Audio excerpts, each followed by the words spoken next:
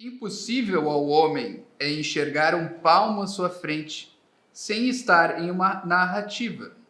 Assim começa o texto que nós vamos ler e eu vou comentar com vocês aqui, certo? Que se chamava Só a Literatura Salva.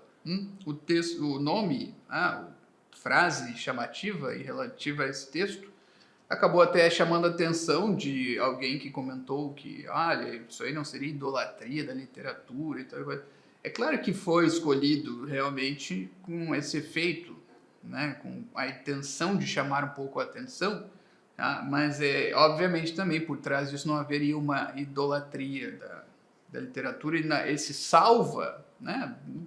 Nós não podemos presumir, porque está escrito assim, só a literatura salva, que esse salva se refere a um salvamento, a uma salvação de tipo religioso, teológico, escatológico, transcendente, tá, pessoal? Então, também é isso, também é um pouco provocativo para que as pessoas não mais se joguem, né, nessa coisa, não é assim, não pode falar essas coisas, porque isso aí, para mim, é idolatria da linguagem. A pessoa ler uma frase que é similar com outra e dizer, tu não pode falar isso porque é idolatria e tal, porque fere a religião e tal. É só uma frase, calma aí, pessoal.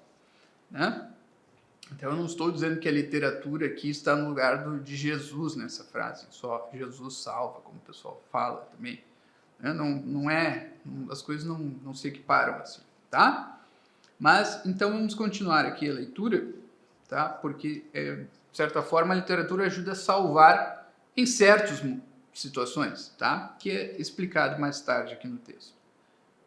Se você não é capaz de imaginar a sua vida como uma história, se ao sair da cama pela manhã você não tem uma narrativa na qual se encaixar para voltar a fazer o que já estava fazendo, você não está fazendo nada na vida, se não a contemplando atonitamente. Né? Por quê isso? Porque, como nós podemos dizer assim, como é que nós vamos representar uma vida? Ou assim, tem dois jeitos de viver. Né? Ou nós simplesmente vivemos reagindo àquilo que vai acontecendo ao nosso redor, então isso é reativo, mais passivo do que ativo, né? Quem reage é mais passivo do que ativo, certo? Então, aí a pessoa também não pode dizer que está buscando nada, ela simplesmente se defende, como alguém que está, né, num campo de guerra, né, tem dois exércitos, assim, o cara tem que passar ali no meio dos exércitos. Bom, ele só está ali desviando das balas de canhão, dos tiros, do que quer que seja, que esteja sendo atirado no outro exército, tá? Então ele é só reativo. Então, bom, ele não está buscando nada. Não, mas eu quero buscar uma coisa no meio. Tá, beleza, tu queres buscar o quê? Sei lá, eu quero ficar rico. Bom, então tu tens que criar, digamos assim, bolar um plano para isso. E esse plano vai se desenrolar na forma de uma narrativa, né? É o único jeito que nós temos de representar isso para nós mesmos. Senão assim, não, eu quero ficar rico. Bom, o nome disso é veleidade. Tá? É um desejo sem um plano de execução. Tá? É só um negócio. Eu quero, sei lá, eu gostaria de ir visitar a Catedral de Notre Dame. Sim, mas se eu não tenho um plano para isso, tá? Se eu não estou no mínimo trabalhando, juntando dinheiro para em algum momento eu decidir, ano que vem eu vou, tá? Não precisa ser um negócio extremamente planejado assim, né? Tem uma linha do tempo completa da minha vida e, né, amanhã eu faço isso, depois de amanhã aquilo, caminho das pedras até Catedral de Notre Dame. Né? Não precisa ser assim, mas no mínimo eu tenho que pensar, bom, agora eu tenho que trabalhar, eu vou ter que trabalhar mais, eu vou ter que fazer isso, conseguir um outro emprego, trabalhar por fora, dependendo do caso, etc. Então eu vou desenrolando nisso, vai ser uma espécie de narrativa, tá? E essa narrativa da nossa vida pode ser mais ou menos sofisticada, tá? É melhor que seja um pouco mais sofisticado que menos, né? Não pode ser muito simplória também, então vai ser uma história tosca, né? E ninguém quer viver uma história tosca, assim como ninguém gosta de ler uma história toscamente confeccionada, tá? Continuando o texto. E esse é só um aspecto da coisa. Sem ter conhecimento das poderosas narrativas que o antecederam e que já forjaram a vida imaginal e real de muitas pessoas, você terá de ser um gênio para formular a própria narrativa de vida. Tá? Vocês estão vendo então até onde isso vai chegar. Tá?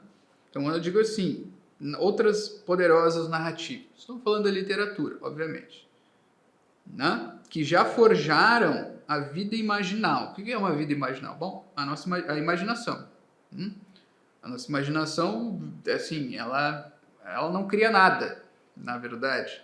Né? Ela só pode criar, digamos assim, gerar imagens novas depois que ela já absorveu inúmeras imagens, tanto do mundo exterior, da realidade, como de histórias, imagens assim como pinturas, gravuras e etc.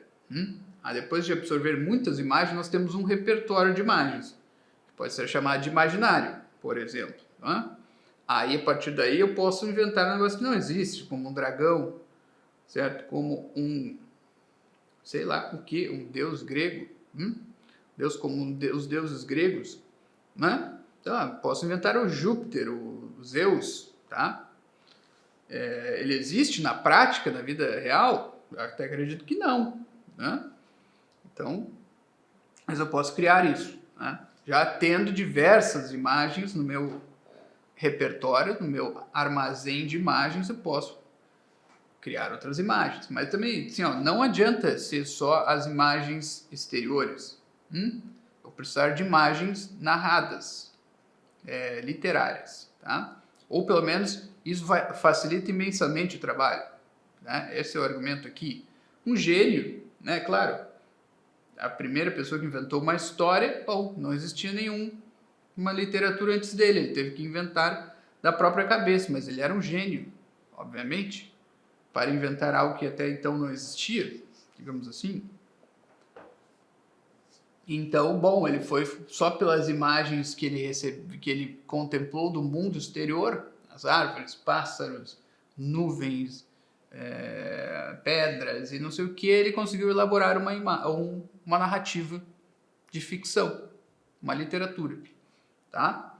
Mas nós não precisamos ter todo esse trabalho já agora, porque já há um repertório imenso de narrativas que nós podemos absorver e enriquecer o nosso repertório com elas. Tá? E por isso o texto diz: não conte com isso, pois mesmo os gênios foram ao depósito das velhas histórias em busca de inspiração. Né? Então, o Virgílio não criou tudo, do zero, a literatura épica.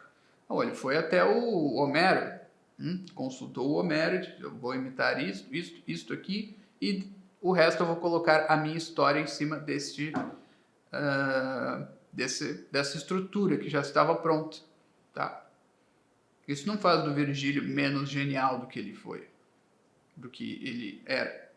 Né? Então, continua.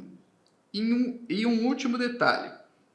Sem conhecer as melhores narrativas, você não entende nada da realidade que vive. Isso mesmo, nada, niente. Você pode ser um conhecedor profundo das ciências ditas duras, tais como física, química e biologia. Ainda assim, você não entende nada. Zero.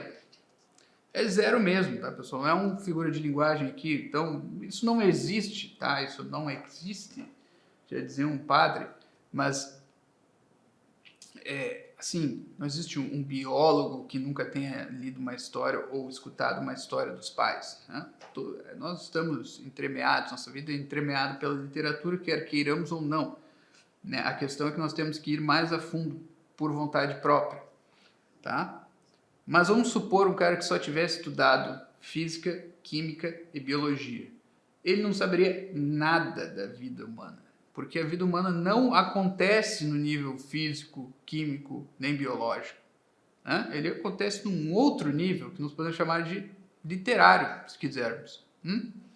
Então, a única forma de aprendermos sobre a vida é pela literatura ou por outros tipos de arte, como, por exemplo, a moral. mas a moral também sem literatura, sem os exemplos da literatura, a moral cristã sem os exemplos da Bíblia não funciona, sem a narrativa bíblica, tá? Então, assim, um cara que só estudou física, química e biologia não entende nada da vida, nada, ele entende de, bom, átomos, de ligações covalentes, de sei lá o que, osmose, tá? Isso aí não tem nada a ver com a vida humana, nada, tá? Isso aí é um cenário para a vida humana, tá? Entendam bem. Para dar um exemplo, se você é um cristão nestes tempos, dificilmente vai entender o que se passa na sua vida, se não ler a obra Dom Quixote, de Miguel de Cervantes. Dom Quixote não é apenas uma comédia em que um homem tomado do delírio sai pela Espanha a lutar com moinhos de vento, com diversas situações divertidíssimas. Ela é isso, mas isso não é o principal. O principal é que Dom Quixote é, por baixo do seu delírio, um herói com todos os valores no lugar. Ele, porém, está no tempo e no lugar errados para fazer valer seus valores como gostaria.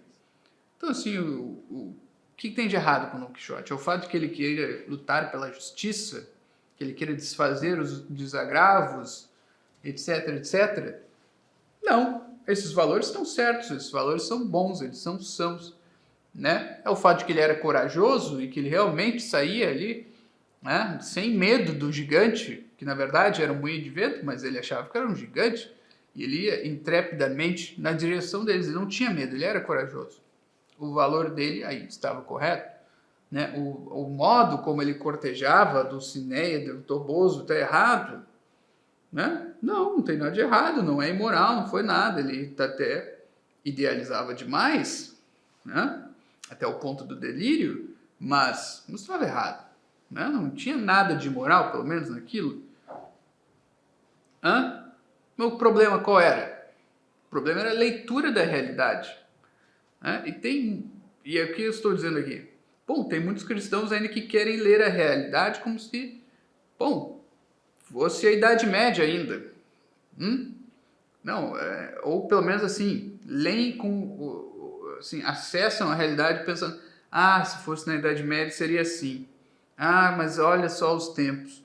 Mas que coisa horrível, não tem o que fazer, tá tudo decaído e tal, não sei o que, beleza. Pode ser que seja tudo decaído e tal coisa, mas é o tempo que te foi dado. Esse foi o tempo que Deus te deu para viver, não? Ele quer alguma coisa de ti. E provavelmente essa coisa não seja só reclamação, né? E muito menos só olhar para a trave, aliás, o cisco no olho do outro, né? Vocês me entendem? Então, assim, isso aí. E outra coisa, né? Aí o cristão que não lê a realidade e não vê quais são os meios atuais que o cristão tem para, vamos dizer assim, fazer valer os seus valores, tá? Já não são mais os meios da Idade Média. Então, assim, não adianta só o cara ficar citando um artigo de fé, um dogma, um artigo da Suma Teológica. Isso aí é completamente ineficaz nos tempos de hoje. Pelo menos assim, para arrebanhar pessoas novas, ineficaz. Tu podes brilhar com isso frente a outros católicos aí, por exemplo, se fores católico, mas para converter alguém, para convencer alguém, muito ineficaz. Não vou dizer que é completamente ineficaz, seria exagero, mas é um meio tendente à ineficácia. Tá? Só isso vai ser difícil, vai precisar de outros meios aí também. Tá?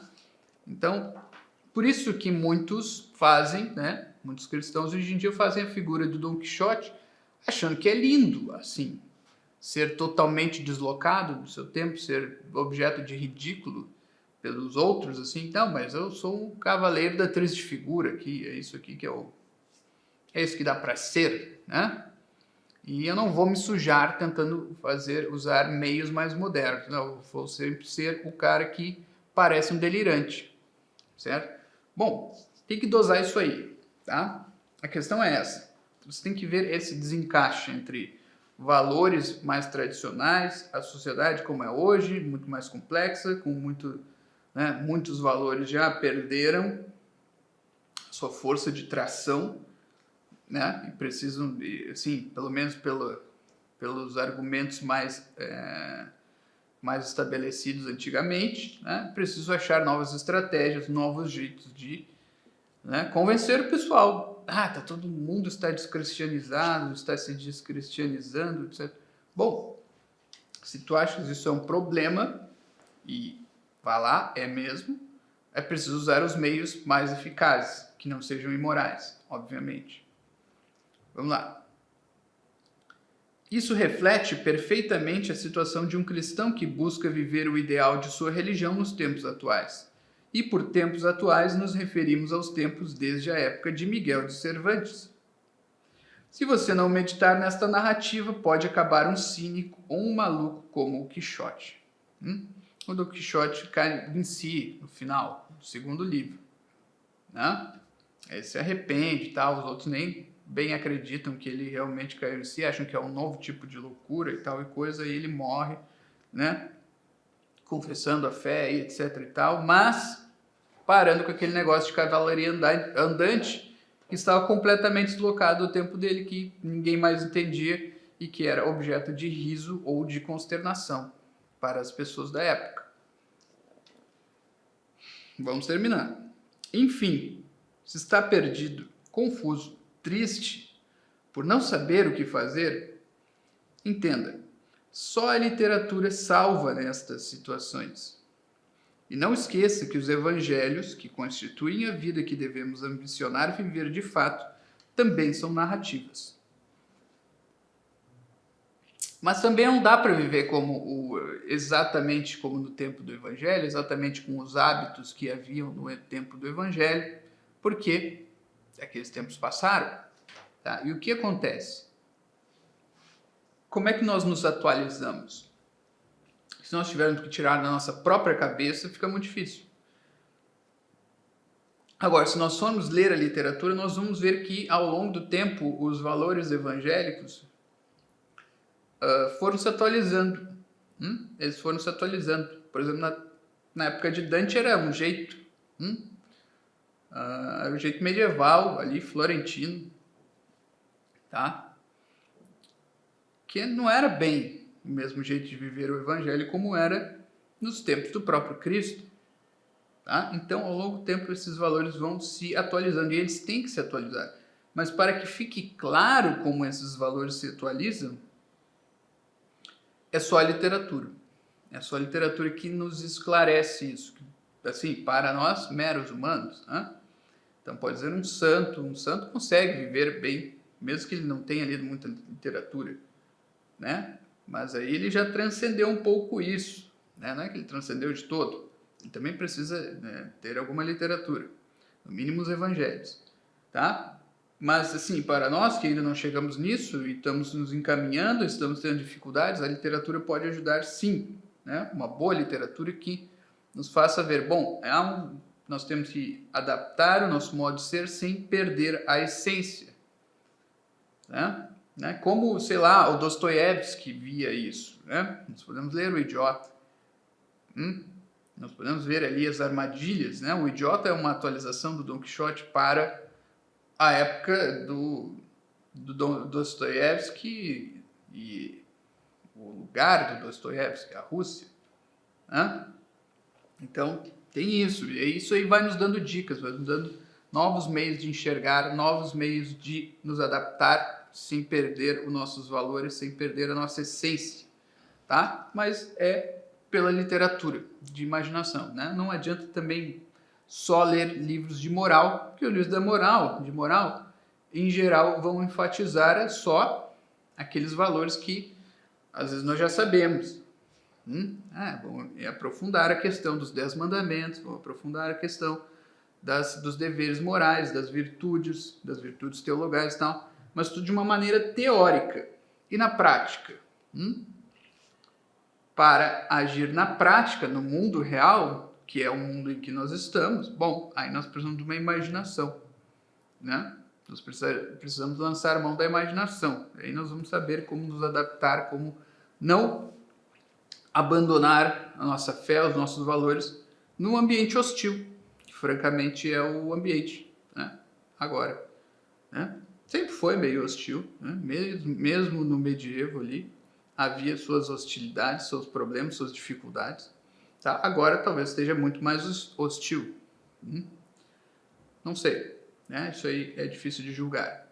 Em todo caso, nós temos que saber lidar. E ainda acho que esse é o fim, a conclusão. Que a literatura é um passo, assim, essencial, necessário. Né? Alguma literatura é necessária. Tá, pessoal? Não precisa ter lido todos os clássicos da literatura, aí eu vou saber como agir. Não é isso, não precisa exagerar tudo que é dito. Né? Ah, não, se eu não ler lá do Homero até o, né, sei lá quem é o último aí que nós podemos colocar nessa cadeia aí, de autores, né, modernos, né, até o último cara aí que falou, até o Tolkien, vamos dizer assim. Bom, aí eu não vou saber agir no mundo. Eu tenho que parar de agir, tenho que sair do mundo, né, me afastar, ler toda a literatura e eu volto para agir. Não, não é isso, também não é isso, tá, pessoal? Tem que sensatez, né? Vamos lendo, vamos nos adaptando, vamos pensando, vamos conversando. Tá? Tenham amigos, conversem, perguntem para quem vocês acham que sabe alguma coisa, que já tem alguma leitura, eles vão ajudar, tá? Então, assim, eu estou falando um aspecto. Um aspecto é, leiam a literatura.